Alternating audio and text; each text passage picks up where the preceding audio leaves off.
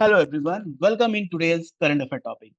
मैं बात करने जा रहा हूं आज ऑपरेशन ब्रह्मा के ऊपर। ऑपरेशन ब्रह्मा इंडियन आर्मी की तरफ से लॉन्च किया हुआ एक इंपॉर्टेंट मिशन है, जो कि म्यांमार में अर्थक्वेक आने के बाद जो वहां पर तबाही मची है और जो लोग वहां इस अर्थक्वेक से अफेक्टेड हुए उनको मेडिकल असिस्टेंट प्रोवाइड करने के लिए Indian government, Indian army operation Brahma launch किया है। जैसा आपको पता है कि म्यांमार में 7.7 मैग्नीट्यूड का अर्थक्वेक रिसेंटली आया, जिसके बाद काफी ज्यादा तबाही मची, वहां के लोग भी मारे गए और तहस नहस मचा दिया। उसमें सबसे पहले इंडियन कंट्री, इंडिया एक ऐसा कंट्री है जो कि सबसे पहले किसी भी तरह का मदद के लिए खड़ा होता है, और इस समय भी इंडिया ऑपरेशन ब्रह्मा के थ्रू अपने नेबरिंग कंट्री यानी म्यांमार को मदद पहुंचाने के लिए सबसे आगे कदम बढ़ाया है, और ये हमारे लिए काफी गर्व की बात है। चलिए हम बात करते हैं इस पूरे न्यूज के ऊपर क्या एग्जैक्टली है। जैसा कि आपको पता है कि 28 मार्च 2025 को म्यांमार में अर्थक्वेक आया, और जिसके बाद इंडियन आर्मी ने बिना देर किए हुए ऑपरेशन ब्रह्मा लॉन्च कर दिया, जिसमें स्पेशलाइज्ड मेडिकल टास्क फोर्स को प्रोवाइड किया गया है फॉर ह्यूमैनिटेरियन असिस्टेंस। ओके, सो इसमें टोटल 118 मेंबर जो एक टीम है जो सेंड किया गया है और अंडर ऑपरेशन ब्रह्मा, जिसको लीड कर रहे हैं lieutenant colonel Jagneet Gill.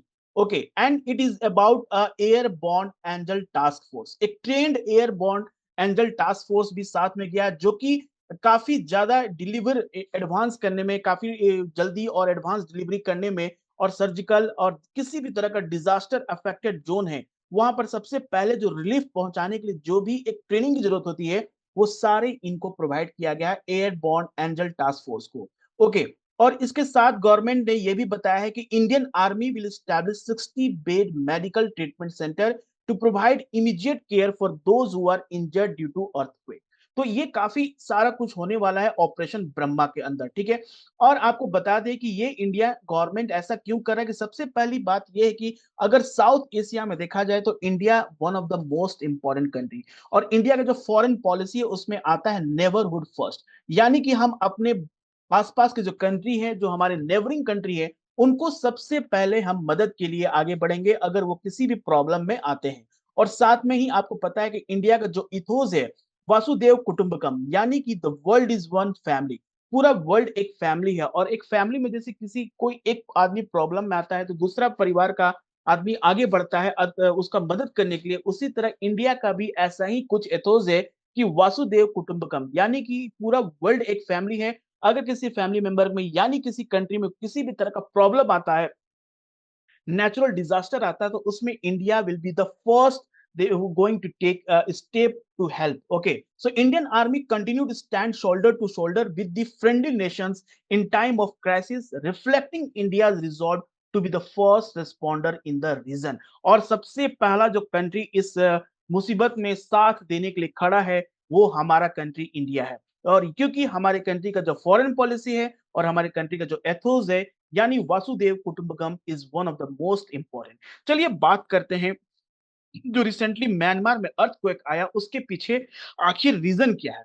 Okay, तो जैसे कि आपको पता है 7.7 मैग्नीट्यूड, यानी 7.7 मैग्नीट्यूड ऑन रेक्टर स्केल एक काफी इंपॉर्टेंट बताता है कि ये इंपॉर्टेंट फिगर है कि इतना अगर एनर्जी से अगर कहीं पर अर्थक्वेक आता है तो तबाही होना काफी ज्यादा हो सकता है, और ये काफी डिजास्टर काम होता है। यूनाइटेड नेशन स्टेट जियोलॉजिकल सर्वे के अकॉर्डिंग देखा जाए कि यूनाइटेड स्टेट जियोलॉजिकल सर्वे सबसे ऑथेंटिक इंफॉर्मेशन प्रोवाइड कराता है कहीं पर भी अर्थक्वेक आता है, and this was around 7.7 magnitude on Richter scale. Okay, और ये सबसे ज्यादा इफेक्ट किया है म्यांमार का सेकेंड लार्जेस्ट सिटी, जिसका पॉपुलेशन अराउंड 1.5 मिलियन पीपल है, यानी मैंडले उस जगह पे ही एपी सेंटर था। एपी सेंटर उससे जस्ट ही दूर 17.2 किलोमीटर था, जिस इसलिए ये मैंडले सिटी है सबसे ज्यादा इफेक्टेड हुआ। और साथ में ही बैंकॉक, थाईलैंड का जो Bangkok sky crapper under construction था, वो भी कम से कम कह सकते हैं कि डाउन हो गया, वो भी टूट गया, इतना ज्यादा ये तबाही वाला अर्थक्वेक था।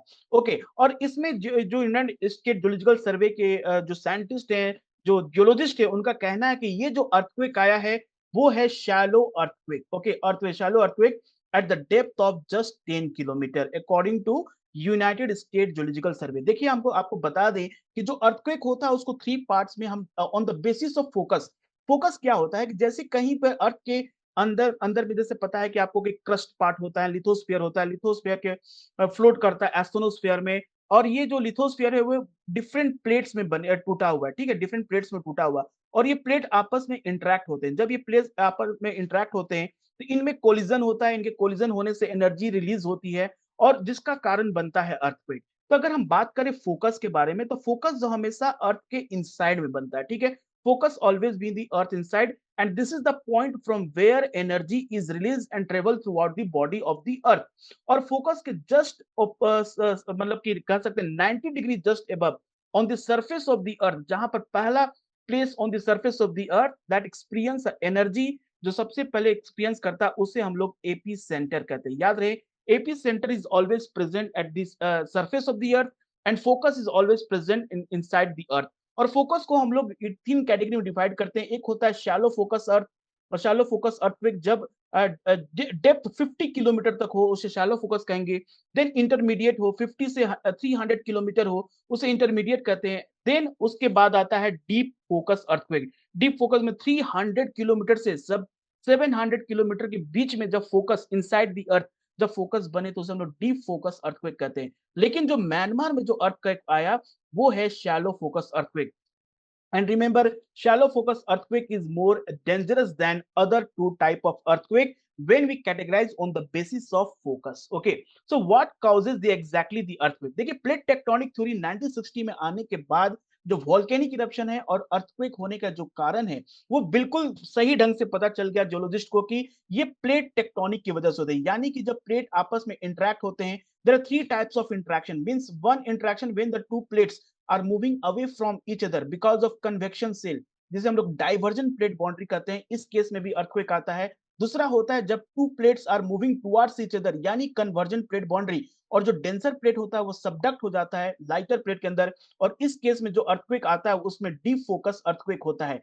और तीसरा होता है जब two plates are slide past one another, यानी कि जब दोनों एक दूसरे के घर्षण की वजह से जो होता है अर्थक्वेक, वो होता है आपका ट्रांसफॉर्म फॉल्ट।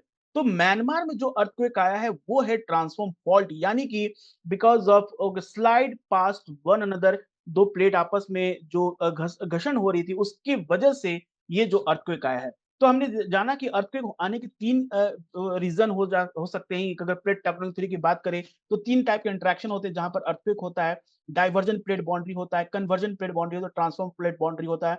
और ये जो अर्थक्वेक आया है ये हुआ है स्ट्रैक स्लिप फॉल्टिंग की वजह से। आप देख सकते हैं यहाँ पर two plates are moving slide past one another, जिसकी वजह से ये मैंडले जो है एक लोकेशन है जहां पर अर्थक्वेक हुआ है। और यहाँ पर सबसे जो इंपॉर्टेंट फॉल्ट है वो है Sagaing fault. Okay, this Sagaing fault is the place which is present between Indian plate and Eurasian plate। Okay, so this is the plate tectonic plate boundary between the Indian plate to the west and Eurasian plate to the east। The Indian plate is moving north along the fault compared to the Eurasian plate। और इसी की वजह से जो shallow focus earthquake हुआ है और जो तबाही 7.7 मैग्नीट्यूड का अर्थक्वेक हुआ है। ओके, अब क्वेश्चन है कि why this shallow focus earthquake is more dangerous. So shallow focus earthquake is more dangerous as they carry more energy, क्योंकि ये जो अर्थ सरफेस के बहुत ही मतलब कह सकते हैं नजदीक होता है। जो फोकस होता है वो अर्थ सरफेस के बहुत ही नजदीक होता है, इसलिए यहां से जो वेव ट्रेवल करता है वो ज्यादा एनर्जी लेकर जाता है, जिसकी वजह से ये अर्थक्वेक काफी डेंजरस हो जाता है एज कंपेयर टू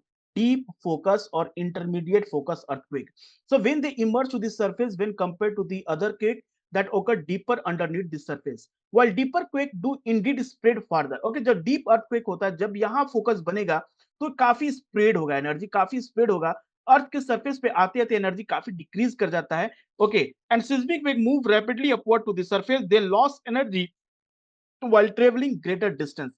क्योंकि डीप फोकस जब 700 किलोमीटर की हम बात कर रहे हैं, deep inside the earth 600 kilometre की बात कर रहे हैं, तो यहां से जब एनर्जी ट्रेवल करेगा 600 टू 700 किलोमीटर, तो इसका एनर्जी ऑब्वियसली क्या होगा, डिक्रीज करेगा, जिसकी वजह से जब सरफेस पे आएगा तो वो ज्यादा इफेक्टिव अर्थक्वेक नहीं हो पाता है। ठीक है, तो ये कारण है म्यांमार का जो अर्थक्वेक तो शैलो फोकस अर्थक्वेक था, और जिसकी वजह 7.7 मैग्नीट्यूड का एनर्जी रिलीज हुआ, और उसके बाद काफी ज्यादा तबाही देखने को मिला। अगर हम बात करें कि how frequently do quake earthquake occurs in Myanmar, क्या म्यांमार में हमेशा अर्थक्वेक होता है, तो हम बात करते हैं यहाँ पर जो सैगाइन फोल्ट है एक काफी सिस्मिक जोन है, काफी अर्थक्वेक सिस्मिक जोन है। और वो एक सेंसिटिव एरिया है। प्लेट टेक्टोनिक का हम बात करेंगे, it is a very active plate margin और जहाँ पर अर्थक्वेक आते रहते हैं, ठीक है?